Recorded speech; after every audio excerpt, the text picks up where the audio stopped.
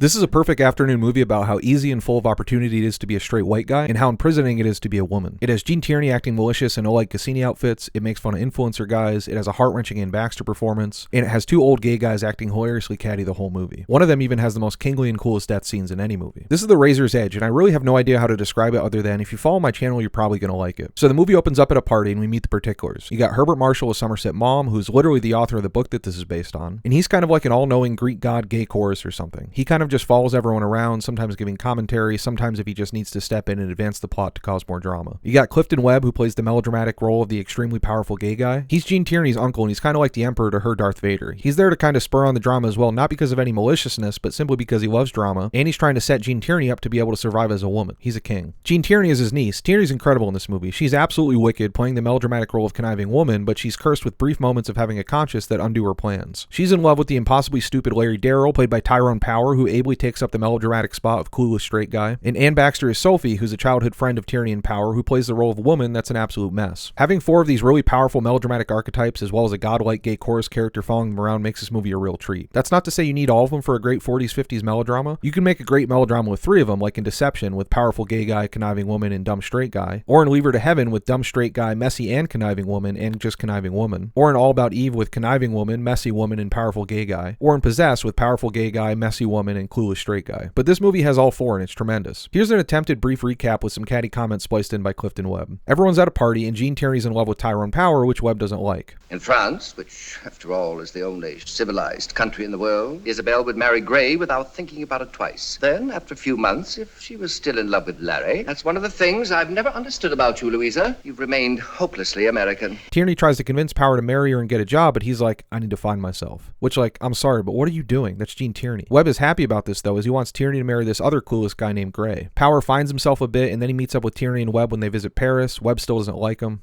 If I live to be 100, I shall never understand how any young man could come to Paris without evening clothes. Tierney and Power reconnect in Paris, and then she sees his crappy apartment, and she tries to convince him that he's found himself and should marry her and get a real job now. Which again, somehow doesn't work, so she turns to the nuclear option and decides to take him on a quote, going away date looking like this. Webb, how do we feel about this? Well, you're very dressed up. Larry and I are going out on the town. Larry? We thought we'd like to spend our last night together. Evening, I trust you mean. I'm profoundly shocked. If he had any sense of decency, he'd never have asked you. So they have a nice date through some clubs, and you get to taste the world of Paris nightlife, go on a little trip, it's great, and then Tierney lures him back to her apartment. And there's kind of a shockingly erotic scene where Tierney and Power start on their way to having sex, but Tierney has a crisis of conscience and sends him away. And who is watching this little drama but, of course, Clifton Webb. And Webb and Tierney talk, and he knows exactly what's going on. Tierney was going to baby trap Power. Uncle Elliot. That was a brilliant performance, my dear. Even your poor mother noticed the pains you went to make yourself alluring tonight. Am I right in surmising that you thought if you could get him to come back here, it was almost inevitable that the inevitable should happen? No one could put it more delicately. My guess is that if your unscrupulous plan had come off, wouldn't have been long after your return to Chicago before the wretched Larry got a letter from you, telling him to come back at once and make an honest woman of you. Why didn't you go through with it? When I looked into his eyes and saw he hadn't the slightest idea I'd set a trap for him, I couldn't bring myself to play such a dirty trick.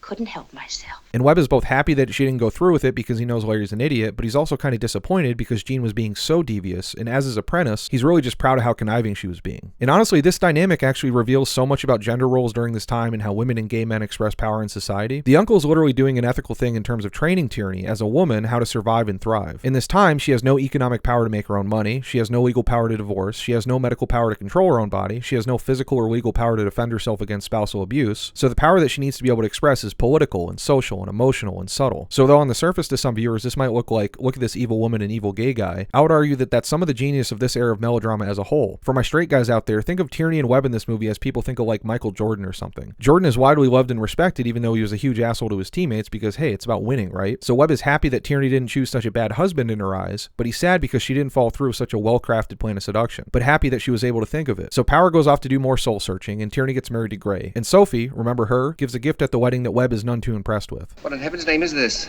Is it a loan? Does it come with something? What is it? It could be a pickle fork. A pickle fork? $2.98, no doubt, at ye gifty shoppe. $4.50, Mr. Templeton, at Open Door Fritz. We know because we sent it. Charming. And in a big disappointment, Gene Tierney is in this Oleg Cassini design wedding dress, but you barely get to see it. Power, meanwhile, does even more soul-searching, this time in India, where it feels like he's trying to train to be one of those hot guy pastors so he can influence her max. And poor Sophie, she's pregnant, but she gets into a car accident, loses her husband, and has a miscarriage. Back to Power, and he's climbing mountains and thinking that he's learning a kind of magic healing spell. And now back to Webb, who we learn is moving from Paris to the French Riviera for a better chance at, quote, social intercourse with ex-kings. You've always looked on nature as an impediment to social intercourse. Paris is not what it was. Practically nobody to know here anymore. But on the Riviera, there's some really quite nice people. Just as a matter of interest, I don't mind telling you that on one occasion I had 2 ex-kings to lunch.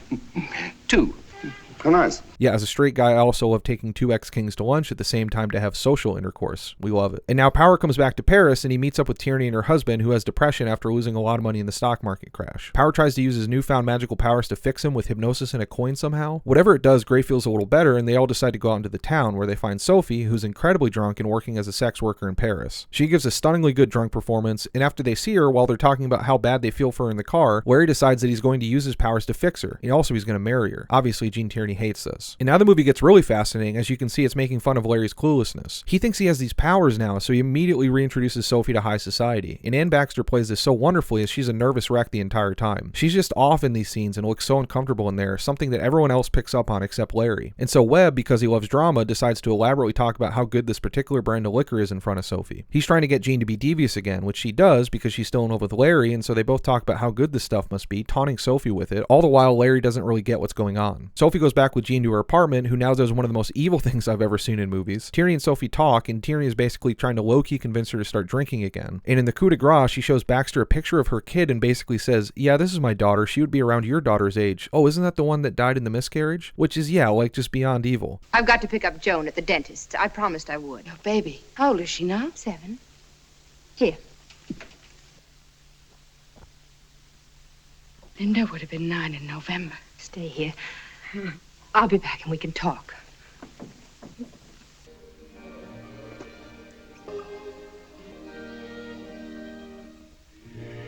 But again, this movie's brilliant because Tierney is also racked with guilt by doing this. She was friends with Sophie, but she feels that she has to do this in order to secure her place in the world, i.e. by possessing Larry. I'm not saying she's right at all. Getting Sophie to start drinking again is wild stuff, but I think this shows how women become alienated under patriarchy, right? Tierney feels compelled to tear down another woman, but at least some part of her wishes that she didn't feel like she had to do this. So Sophie starts drinking again, and Power goes to find her, dressed like Steven Seagal. He finds her, but she's incredibly drunk, and he gets his ass kicked. She runs off, and then we find out that she's been unalived, presumably after she went back to work of being a sex worker. And we also find out that, damn, Webb's dying, but even worse, somehow he offended this royal lady, so he's one of the only people in high society in Europe not to get a party invitation to the grandest party of the year. So Power, in one of the only good things he does in the movie, decides to use his hot hunk energy to sneak into the lady's house and flirt with the secretary so that he can fake an invitation for Webb. And so finally we're at one of the coolest and most powerful death scenes in any movie, as they give the invitation to Webb as he's dying. And he takes the opportunity to have one final catty blowout moment, telling them that he wants to dictate a response, which is literally, I'm sorry I can't attend your party, I'm going to a better one in heaven with God, you witch. For you, at Nova Valley's party. Get a pad and envelope. I'll reply.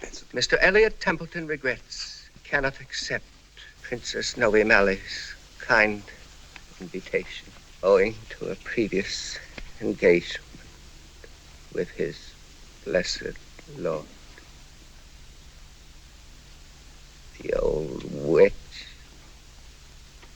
He's so cool. I hope I get the opportunity to do something that spiteful as I'm dying. And so Tierney and Power have their climactic confrontation as Power confronts her for giving the booze to Sophie, and Tierney says, I was trying to protect you. She would have relapsed at some point anyway. And to be honest, neither of them are totally wrong. Sophie clearly was just not going to be a fit for the society that they lived in, even though Power felt that he and Sophie were both ready for it. But Power is right in that Tierney is really wickedly evil to do something like that purposefully. And so we end with Power going off to try and find himself again, and Tierney is left staying with her husband and inheriting her uncle's fortune. And my reading of this is actually that it's kind of a hollow ending for both of them. Power's completely unaware of how the world works, and he always will be, and clueless, but he's able to go through life unencumbered and doing what he wants, perpetually able to try and find himself and be, quote, good to others in a very simple way because he gets to do that as a straight white guy. And so the author comments at the end that Larry is fine what so many are looking for, the ability to be good, but he kind of says it in a kind of bless his heart kind of way. He's so useless. What What does he hope to find? My dear, Larry has found what we all want and very few of us ever get. But Tierney, on the other hand, is trapped into being this kind of conniving, imprisoned character. Imprisoned by being a woman, a mother, a wife, by having to be devious to survive, by feeling compelled to tear other women down in order to secure a position, by so many things. She's been blessed with social awareness and knowledge of the world because she's been taught by her powerful uncle and her experiences as a woman in this era, but unlike Larry, she doesn't have the option to be good. In order to survive in this world, she kind of has to be devious. And so that's alienating to her because she doesn't even know if she wants that. But unlike Larry, she's not able to go off perpetually in search of finding herself. And so the movie ends as Tierney looks out the window at an ocean of possibilities that are walled off from her even though she can see it, and Larry gets to be on a boat in the ocean getting hit by a giant wave that he's too stupid to see coming.